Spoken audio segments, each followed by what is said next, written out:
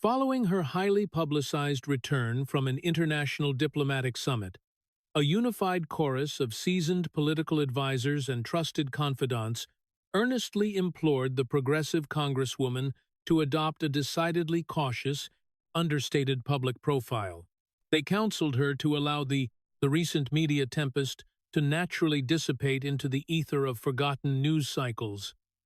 They recommended with a sense of protective urgency that she retreat to the familiar comforts of her home district to reconnect with her foundational constituency. They desperately urged her to embrace the protective shield of absolute silence until the political atmosphere had thoroughly cleared. She, however, resolutely chose to pursue the exact opposite course of action, broadcasting directly to an intensely loyal audience of 3 million devoted followers on her preferred digital platform. She issued a formal, unyielding challenge to the nation's chief executive, demanding a face-to-face nationally televised debate on the most prominent stage available.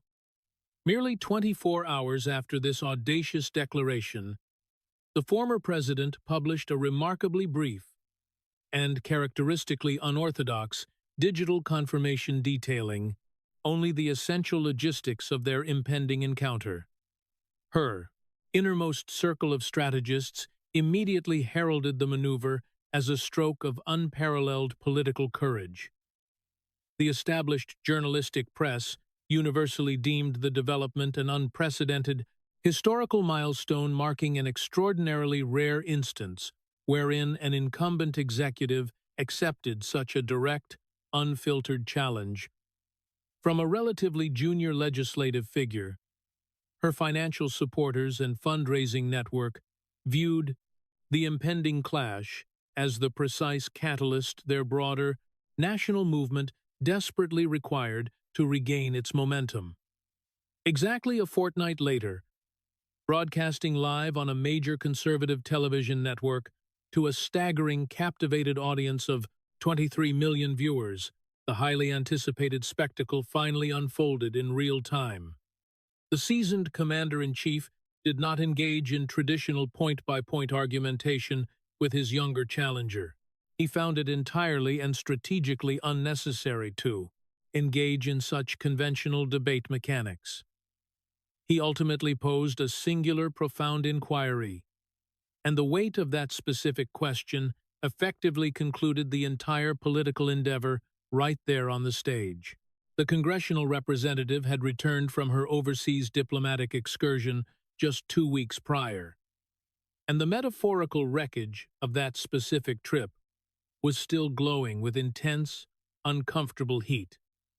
Her public commentary regarding the delicate geopolitics of East Asia had circulated, with astonishing rapidity, amassing tens of millions of views across various intersecting media ecosystems.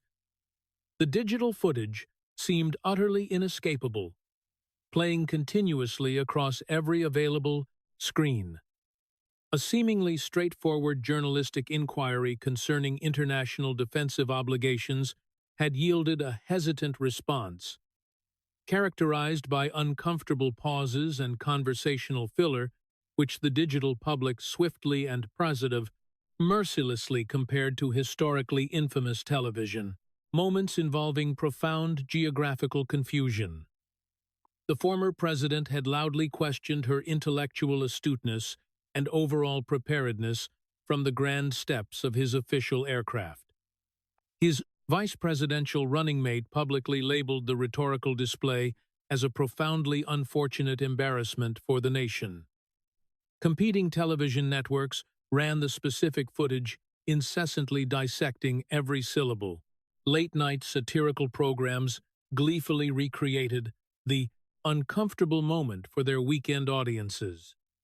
The deeply unfavorable comparison solidified into a persistent cultural memory, a heavy shadow that threatened to follow her future ambitions indefinitely.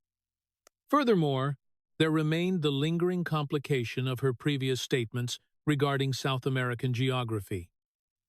She had inadvertently positioned a major globally significant nation within entirely the wrong global hemisphere, During a high-profile interview, the executive had recently secured the dramatic apprehension of a notorious authoritarian leader from that very region. Yet, the individual actively positioning herself to challenge him for the highest office in the land appeared fundamentally unacquainted with the basic cartography of the conflict. Yet remarkably, despite these cascading public relations challenges, her overarching political viability remained ostensibly intact and remarkably resilient. Academic polling from NXENT's prestigious institutions indicated she still retained formidable, unwavering support among younger demographic cohorts who viewed her as a generational voice. Her collaborative cross-country touring efforts, alongside seasoned progressive icons, continued to draw staggering stadium-capacity crowds across major metropolitan centers from the West Coast to the Rocky Mountains. She undeniably possessed a dedicated, passionate foundation of supporters. She clearly possessed an undeniable, electric momentum that traditional politicians envied. She was fundamentally lacking only one crucial elusive element: universally recognized, undeniable executive gravitas. She desperately required a transformative public moment to silence her growing chorus of institutional critics. Within the grand sweeping theater of American electoral politics, no stage is considered more elevated or consequential than standing resolutely before a sitting executive and holding one's ground without a hint of hesitation. Her closest advisers found themselves deeply and philosophically divided on the wisdom of this aggressive strategy. A significant portion of her team cautioned that such a direct confrontation amounted to strategic self-destruction, warning that the president would effortlessly transform a structured, moderated debate into a raucous, theatrical campaign rally. They passionately argued that earnest policy preparation could never successfully overcome masterful, decades-honed stagecraft. The opposing faction within her camp drew their inspiration from historical precedents, noting that previous challengers had navigated similarly treacherous waters and emerged either remarkably unscathed or completely victorious. They bolstered her confidence by repeatedly praising her own exceptional, generation-defining skills in direct voter engagement and grassroots retail politics. Ultimately, she finalized her decision with characteristic absolute certainty. She articulated her governing philosophy clearly to her senior leadership team, asserting that ascending to the highest office in the nation required actively and decisively defeating its current occupant on his own terms. There existed no alternative sheltered pathways to the presidency. Returning to her digital platform before an audience of millions of viewers, she addressed her formidable opponent with an unwavering, intense-tacted directness. She spoke directly into the camera lens, addressing him formally by his title, and meticulously recounted his dismissive, highly publicized critiques of her intellect and her public performance. She offered him an open, uncompromising invitation to validate those harsh critiques before the entire nation. On live television, she offered absolute flexibility regarding the choice of broadcasting network, the journalistic moderator, and the scheduling, framing the challenge as an ultimate test of his willingness to face a grassroots advocate who had risen from the working-class boroughs of her home city. Senior advisors to the executive firmly and unanimously counseled against acknowledging the unprecedented invitation. They argued vehemently that engaging a junior legislator on a national debate stage was fundamentally beneath the dignity and established protocol of his esteemed office. He regarded these cautious traditional aids with the distinct incredulity of a man who possesses a profound, almost instinctual comprehension of modern mass media and audience psychology.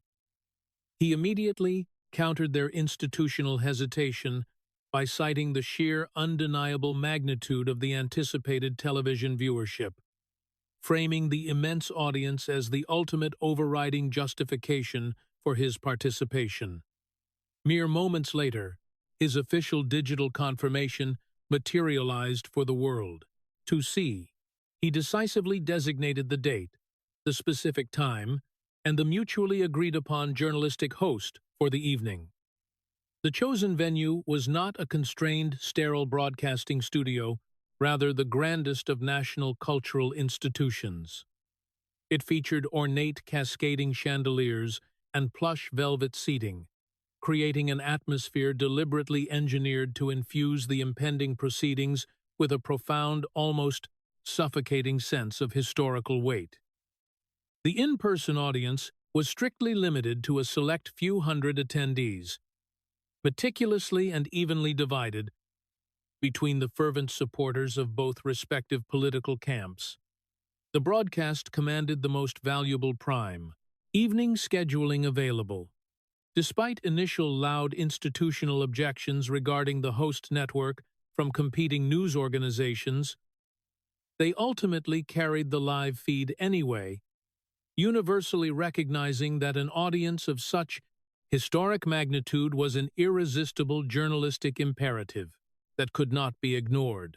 The congressional representative prepared with the intense scholarly dedication characteristic of a deeply serious, detail-oriented policy advocate. She endured weeks of rigorous, exhausting, simulated debates within a secluded, downtown conference facility. She immersed herself completely in massive, densely packed compendiums of nuanced legislative data and economic projections. Dedicated surrogates flawlessly adopted her opponent's aggressive persona, relentlessly simulating his trademark interruptions, personal insults, and unpredictable rhetorical barbs. She meticulously crafted eloquent, fact-based rebuttals for every conceivable line of attack he might launch. Furthermore, she organized a series of large, professionally constructed visual aids to support her complex arguments. She had previously garnered significant national acclaim for utilizing similar informational graphics during tense legislative committee hearings, effectively and visually illustrating complex economic disparities, healthcare cost projections, and social funding reductions. These presentation materials were expertly crafted, elegantly formatted, professionally, color-coded, and positioned prominently on easels beside her designated speaking station. She felt profoundly equipped for the prize, intellectual battle ahead. She had never been more meticulously prepared for anything in her entire professional life. The executive conversely spent his morning engaged in leisurely recreational pursuits for his private club, before traveling via official aircraft to the nation's capital. When questioned regarding his debate preparations during the journey by a nervous aide, he confidently dismissed the necessity of formal study, asserting a deep intuitive understanding of his opponent's methodologies and psychological vulnerabilities. When tentatively presented with a concise briefing document detailing her specific policy platforms, he offered it only a momentary, dismissive glance before folding it away into his tailored garment. Upon learning from his advanced team of her intention to utilize visual presentation boards, he expressed a mocking theatrical amusement, comparing the serious policy materials to a children's academic science exhibition. He offered a remarkably genuine, relaxed smile for the very first time that day. The representative arrived at the historic venue well in advance of the scheduled broadcast. Her dedicated team meticulously arranged the presentation materials and ensured the technical environment, including sound and lighting, was perfectly optimized for her presentation style. She stood alone at her designated station and absorbed the majestic, imposing surroundings, acknowledging the profound gravity and immense pressure of this career-defining moment. She steadied her breathing as she looked out at the seats that would soon hold the intimately divided audience. Her opponent arrived precisely behind schedule, surrounded by the customary energetic, controlled chaos of his security detail that perpetually accompanied his movements. Like a localized weather system, upon encountering her carefully arranged visual aids on the stage, he briefly paused, tilted his head, and audibly read the title of an economic chart concerning wealth inequality. He turned to a nearby aide, offering a sarcastic quip about her bringing homework to a television production, and never glanced at the meticulously designed boards again.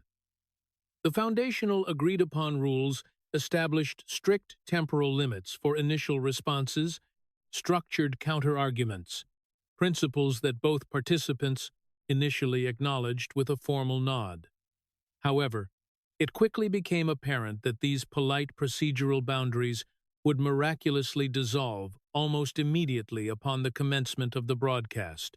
The initial journalistic inquiry centered upon the escalating universal cost of daily necessities, directly referencing rising housing expenses, grocery bills, and inflation across the nation.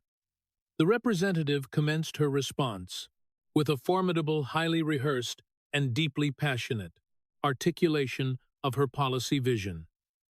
She maintained unwavering, intense eye contact with the broadcasting cameras, intentionally directing her message straight to the American public in their living rooms, rather than engaging her opponent, standing mere feet away.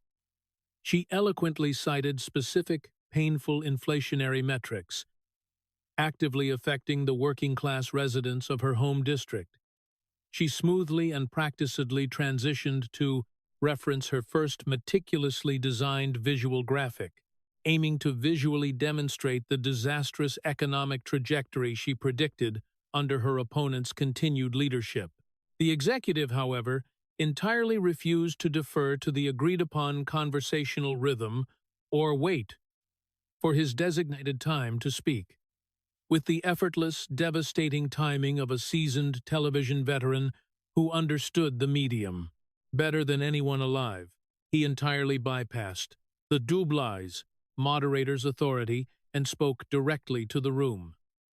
He directed the audience's attention to her earnest presentation materials, playfully patronizing them as quaint, amateurish crafts, and jokingly inquiring if she intended to decorate them further with adolescent stickers. Half of the grand auditorium erupted in spontaneous, genuine amusement, while the representative's designated supporters maintained a strained, furious silence. She attempted to maintain her physical poise and keep her pointer steady, but the informative graphic had been instantly reduced to an object of ridicule in the eyes of millions. One cannot effectively present nuanced statistical data to an auditorium that is actively, loudly laughing at the very medium of the presentation. He further compounded the disruption by questioning the financial funding source of the elaborate materials, swiftly pivoting to reference a past highly publicized ethical inquiry regarding her acceptance of complimentary items. The room dissolved into a boisterous, chaotic reaction. Mere seconds into the historic broadcast, her initial substantive argument remained fundamentally incomplete and entirely derailed. She tightly grasped edges of her podium, attempting to forcefully redirect the discourse back toward substantive legislative matters and away from the theatrical mockery. Her opponent smoothly and confidently countered with his own interpretation of immense economic success, citing historically favorable employment statistics, record-breaking market valuations, and national growth. He framed his tangible results as actual deliverable policy, while actively dismissing her earnest efforts as mere theatrical, arts and crafts props, masking a lack of substance. The veteran moderator bravely attempted to restore professional order and enforce the predetermined guidelines of the evening. Before the journalist could effectively intercede, the executive seized upon the representative's previous press, passionate mention of escalating housing costs in her district. He immediately weaponized her own long-standing tenure in elected office against her, noting with surgical precision that the severe economic difficulties she had just eloquently described had actually flourished during her own prolonged period of representational authority over that exact area. He mercilessly suggested that rather than blaming him, her presentation board should merely feature a reflection of her own supposed legislative inaction over the past 7 years.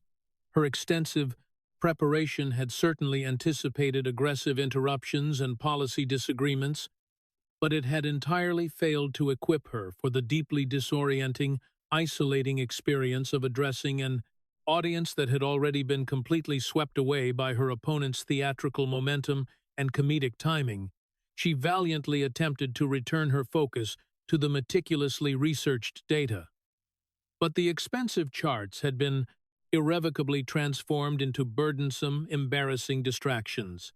They rested beside her on the stage like neglected academic assignments a teacher had forgotten to collect.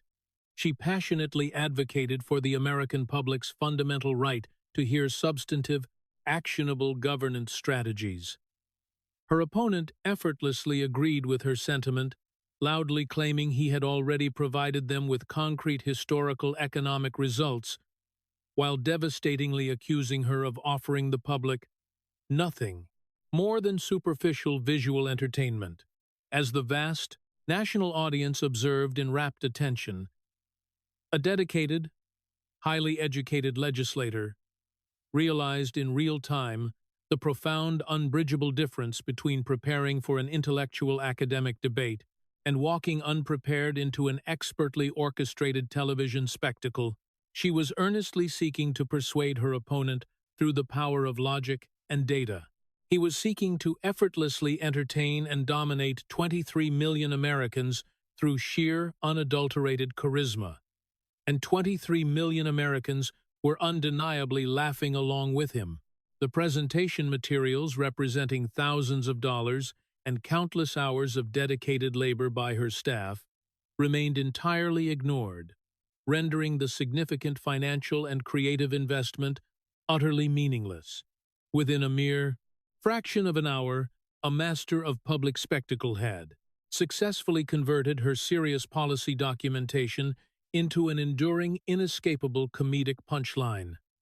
She attempted to regain her footing, abandoning the visual aids entirely and adopting a faster, more urgent and deeply serious cadence.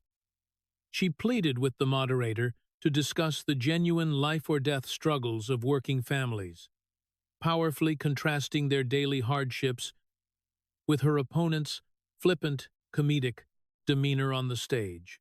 He surprisingly and immediately agreed, with her premise causing a palpable, chilling tension to descend upon the room. As his sudden agreement often preceded his most devastating and unpredictable rhetorical maneuvers, he leaned into his microphone with a conspiratorial intimacy, addressing the audience as if sharing a collective, widely known secret that only she was unaware of. He systematically and brutally recounted her highly publicized social engagements at elite gatherings, framing her recent activities as a series of glamorous, hypocritical diversions rather than serious legislative work on behalf of the poor.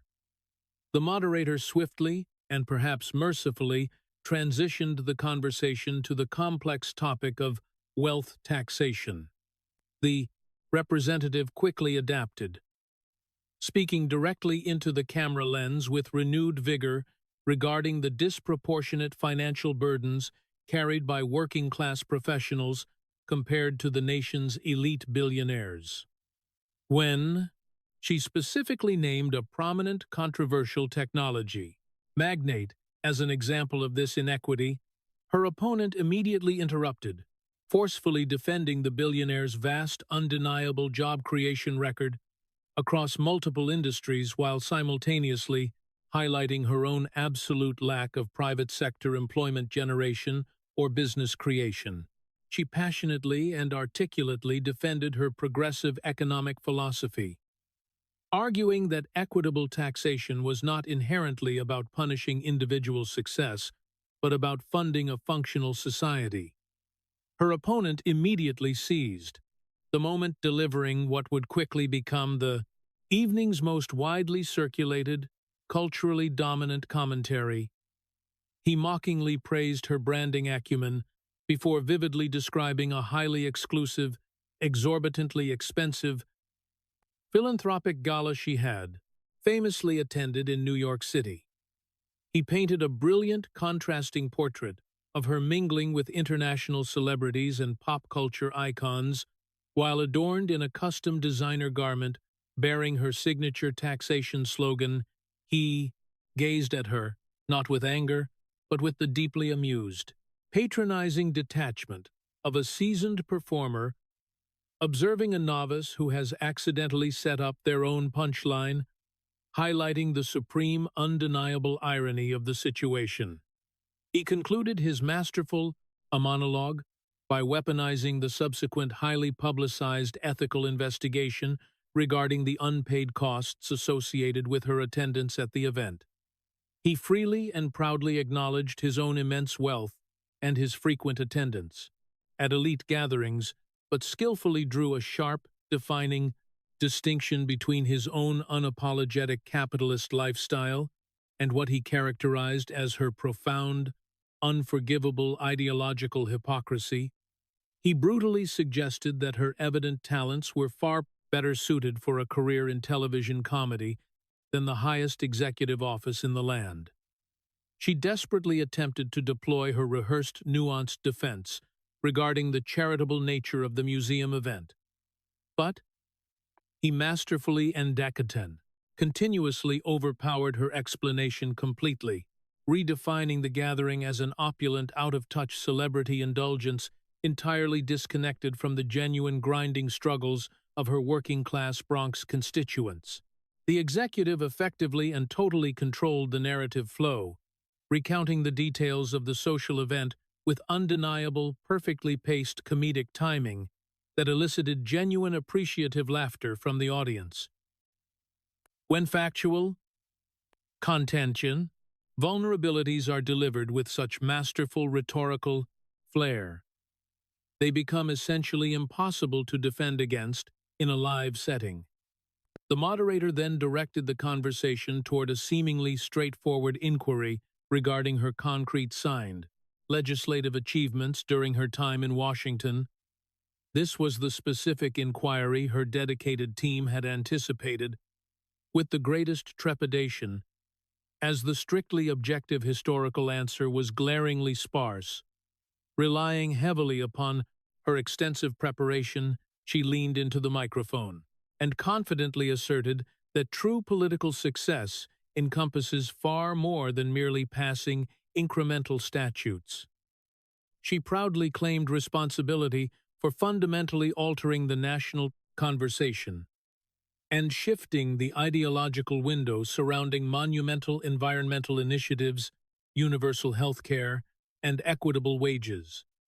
Her opponent slowly, deliberately, repeated her defense, word for word, ensuring every member of the vast audience grasped the profound distinction between altering conversations and executing binding laws. He unfavorably and devastatingly compared her rhetorical online influence to the ephemeral, superficial impact of digital content creators on social media. He starkly highlighted her extended multi-year tenure in the federal government without a single authored bill ever becoming enacted law. He systematically dismantled her signature environmental proposal, noting its total failure to even secure a preliminary procedural vote from her own political party. He willingly and magnanimously acknowledged her impressive digital reach and her undeniable ability to summon massive enthusiastic crowds, even praising the aesthetic beauty and energy of her rallies. However, he devastatingly compared her public drawing power to that of a massively popular touring musical entertainer, noting with lethal precision that generating cultural enthusiasm does not equate to the sober competence required for executive governance. The auditorium erupted in laughter. Once again, an involuntary sweeping reaction that entirely transcended strict partisan loyalties. It demonstrated clearly that the critique had resonated on a fundamentally intuitive level, bypassing intellectual defenses and striking at a core perception. He continued his unrelenting, perfectly paced assault, mocking her nationwide touring efforts alongside seasoned progressive figures, categorizing their endeavors as essentially performative, self-aggrandizing exercises that yielded absolutely no tangible improvements for the populace they claimed to represent. He contrasted her perceived theatricality with his own self-proclaimed, heavily branded record of constructing physical infrastructure, negotiating complex international trade agreements, and decisively neutralizing global geopolitical threats.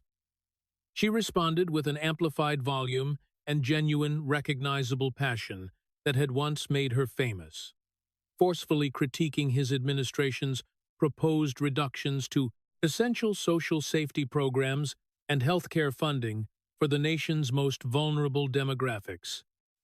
Rather than engaging directly with the complex granular fiscal policy, he expertly pivoted to exploit a recent massive multi-million-dollar fraudulent misappropriation of healthcare funds in a Midwestern state.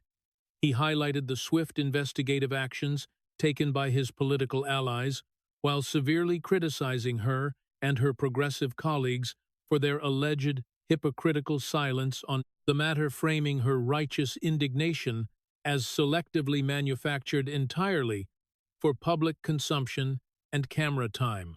She gazed downward at her podium, not lacking intellectual arguments or deep policy knowledge, but suddenly realizing a profound, paralyzing strategic miscalculation that no amount of preparation could fix her opponent fundamentally, avoided engaging in policy debates.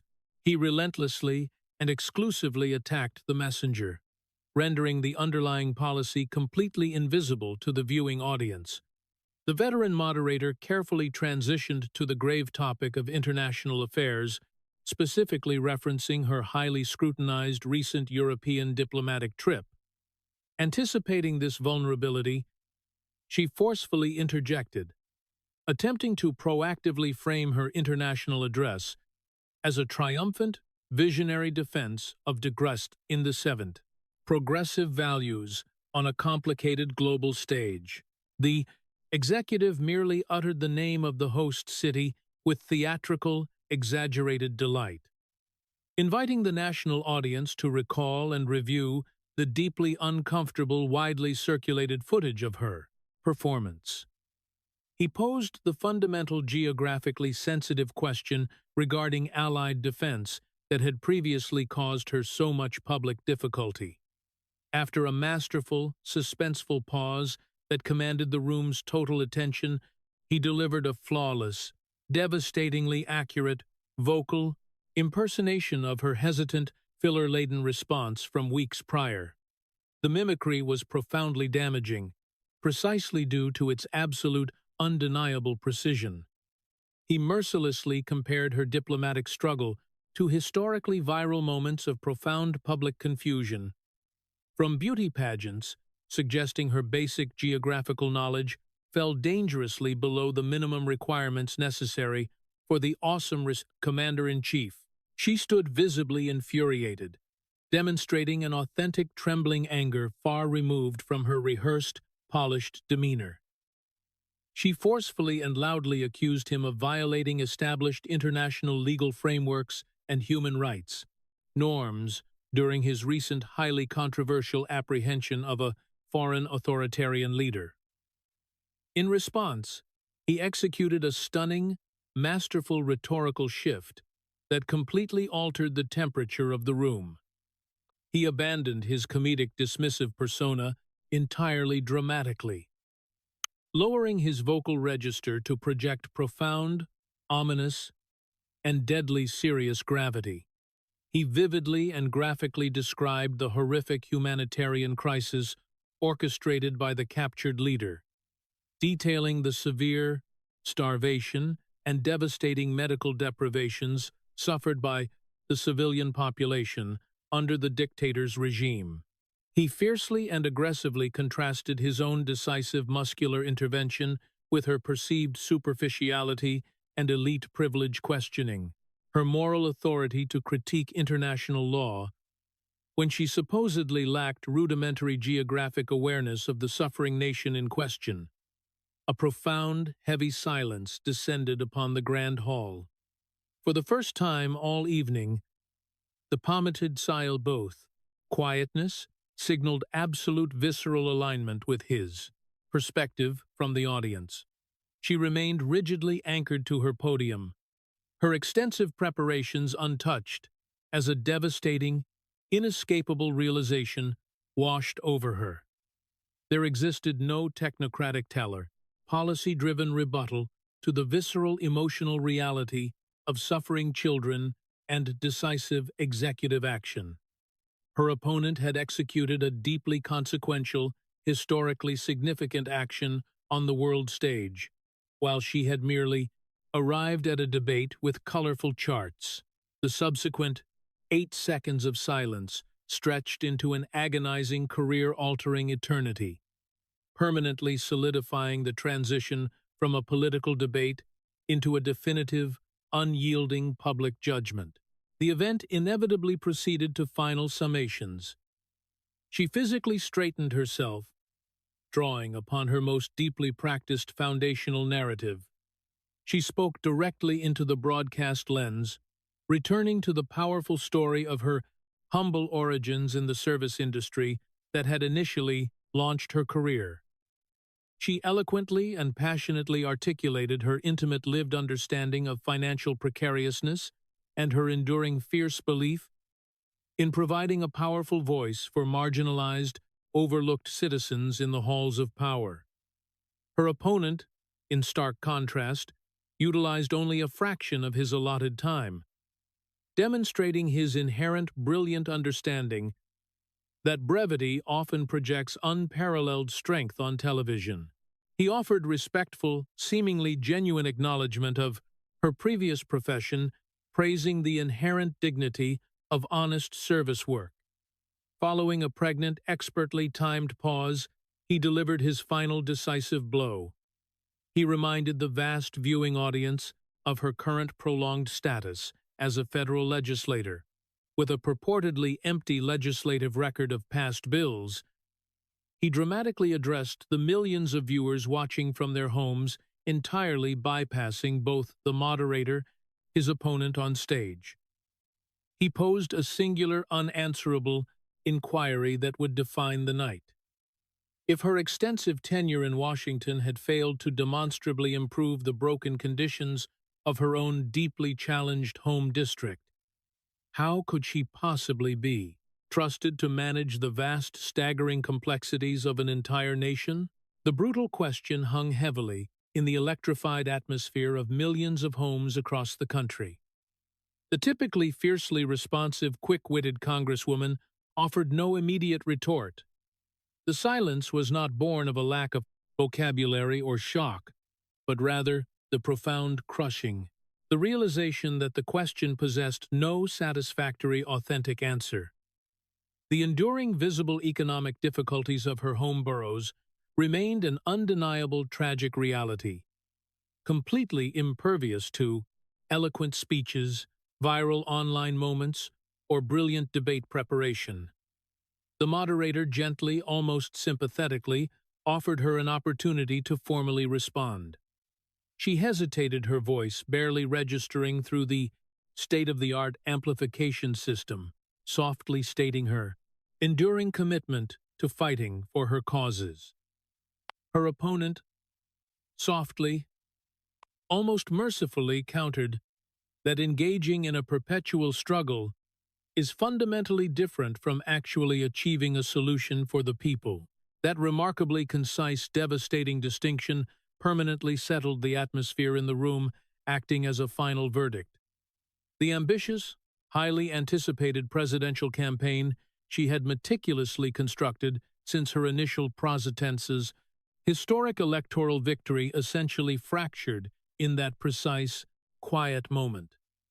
The conclusion of the broadcast was unceremonious and brief.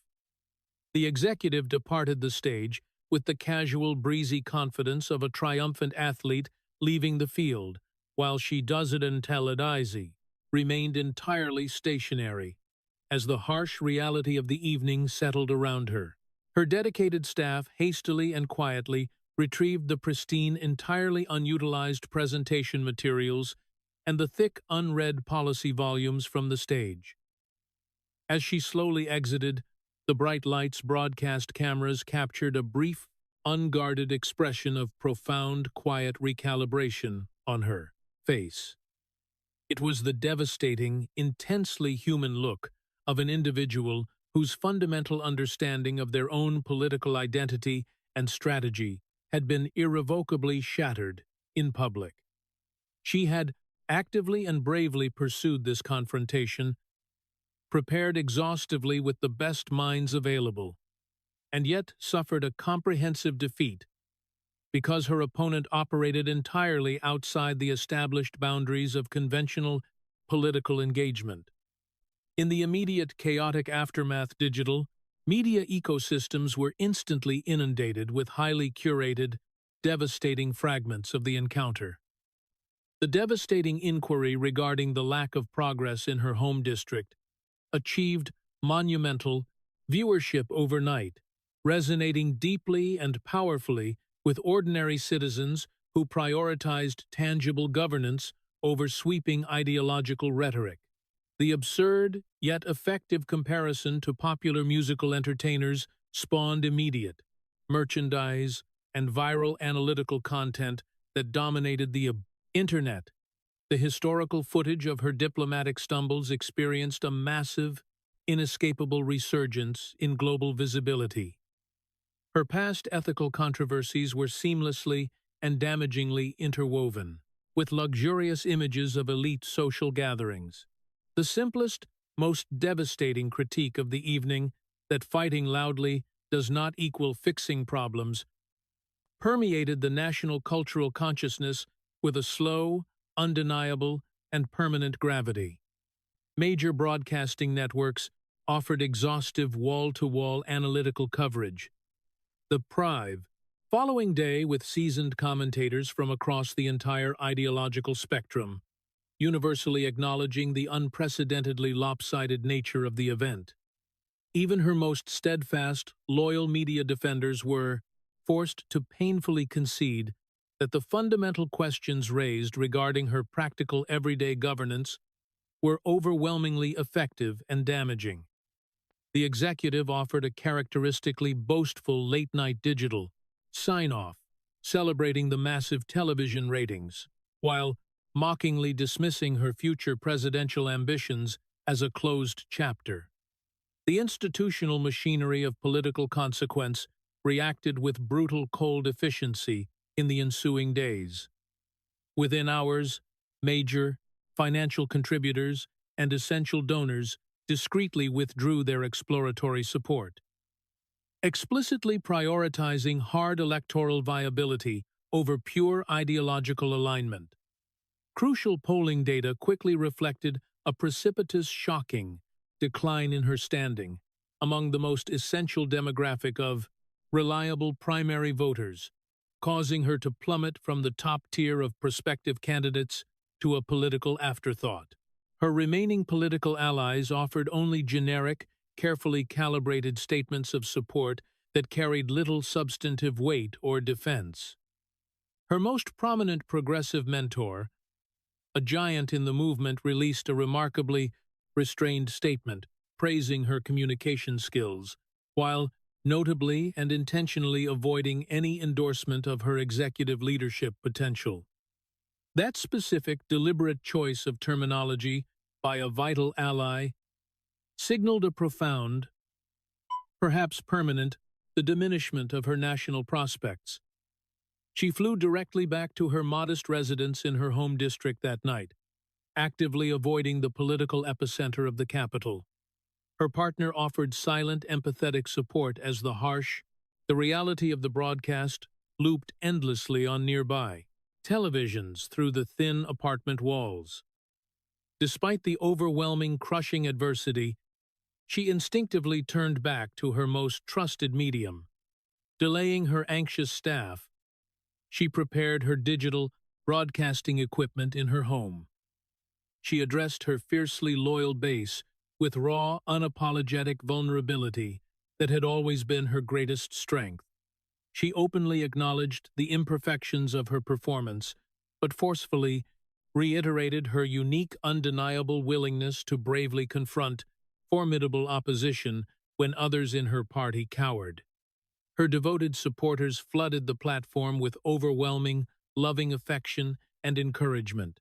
Yet, amidst the digital adoration and cascading digital hearts, a solitary comment from a local working-class constituent pierced the supportive echo chamber, echoing the very question that had unraveled her evening on the national stage.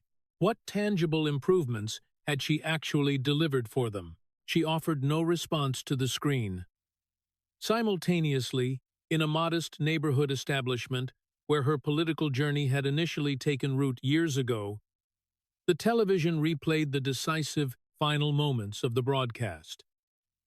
The current staff and longtime local patrons, individuals who had proudly celebrated her initial rise and supported her consistently through every controversy, watched the screen in deep, contemplative silence as the inescapable, devastating question regarding her actual local record echoed through the quiet tavern.